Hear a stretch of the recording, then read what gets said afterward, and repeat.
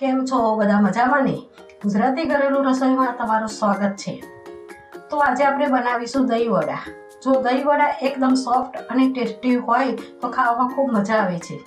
Soft અને spongy દહીં વડા ઘરે કેવી રીતે બનાવવા અને કોઈ પણ ખાવાના સોડાનો ઉપયોગ કર્યા વગર આ દહીં વડા પોચા અને જાળીદાર બનશે।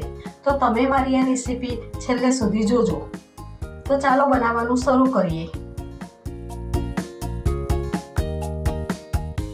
तो अहींया मैं 500 ग्राम जेटली अरदनी दाल लीधी छे अने 100 ग्राम जेटली मगनी मोगरनी दाल लीधी छे। पछी तेने चोख्खा पाणीथी धोईने 4 થી 5 कलाक माटे पलारी राखी हती। तो हवे एक मिक्सर जार लईशुं। पछी तेमां पलारेली दाळ नाखीशुं।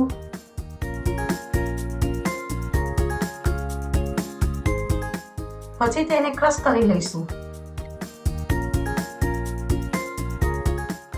तो आ दाळ ने क्रश करी लीधी छे।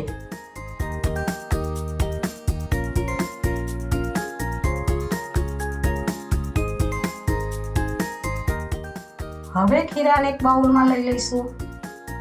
पछी बधी दाळने आवी रीते क्रश करी लईशुं।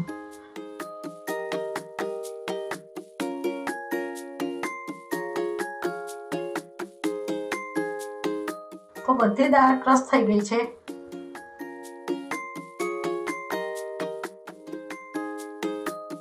पछी खीराने एक तरफी 5 मिनिट सुधी हलावता रहेवानुं जेथी करीने आपणा वड़ा सॉफ्ट अने स्पंजी बने।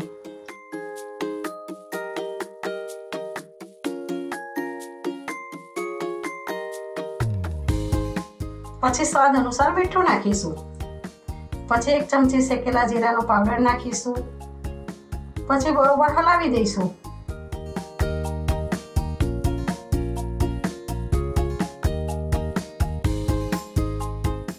तो जुओ आपणा वडानुं खीરું बनीने रेडी थई गयुं छे। पछी तेने 5 मिनिट सुधी रेस्ट आपीशुं। हवे आपणे दहींनी तैयारी करी लईए। तो आपणे एक बाउलमां 300 ग्राम जेटલું મોરું દહીં લીધું છે। તેને બરોબર હલાવીને મિક્સ કરી દઈશું। પછી તેમાં 1 ચમચી ખાંડ નાખીશું। પછી સ્વાદ અનુસાર મીઠું નાખીશું।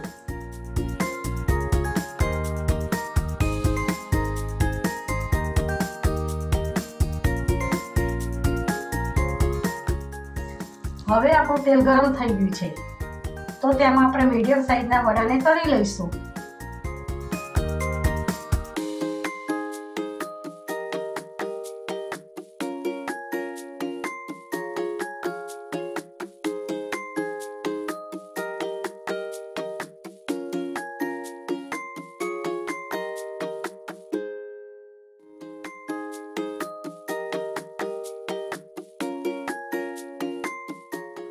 वड़ा गोल्डन लाइट कलर ना थई जाए एटले आपणे एक डिश में काढी लईशुं।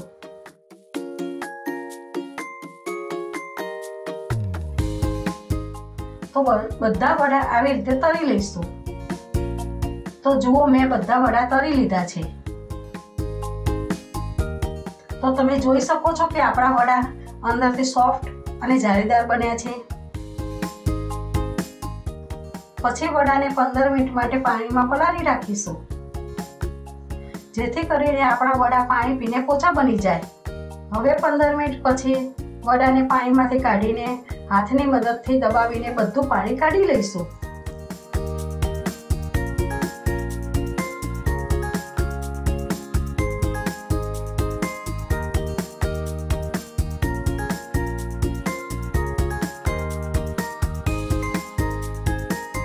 तो वडाने सर्व करवा माटे एक डिश लईशुं। तेमां वड़ा मूकीशुं।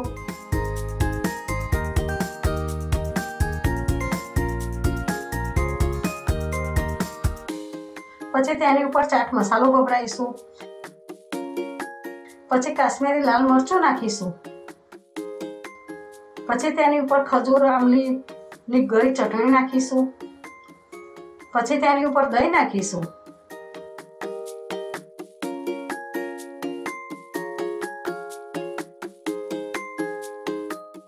पछी ऊपर लाल काश्मीरी मरचुं भभरावीशुं। पछी कोथमीરના પાનથી ગાર્નિશિંગ કરીશું।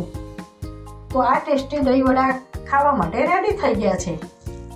તમે પણ મારી આ રીતથી બનાવશો તો તમારા દહીં વડા સોફ્ટ અને સ્પંજી અને મોંમાં મૂકતાની સાથે ઓગળી જાય તેવા પોચા બનશે.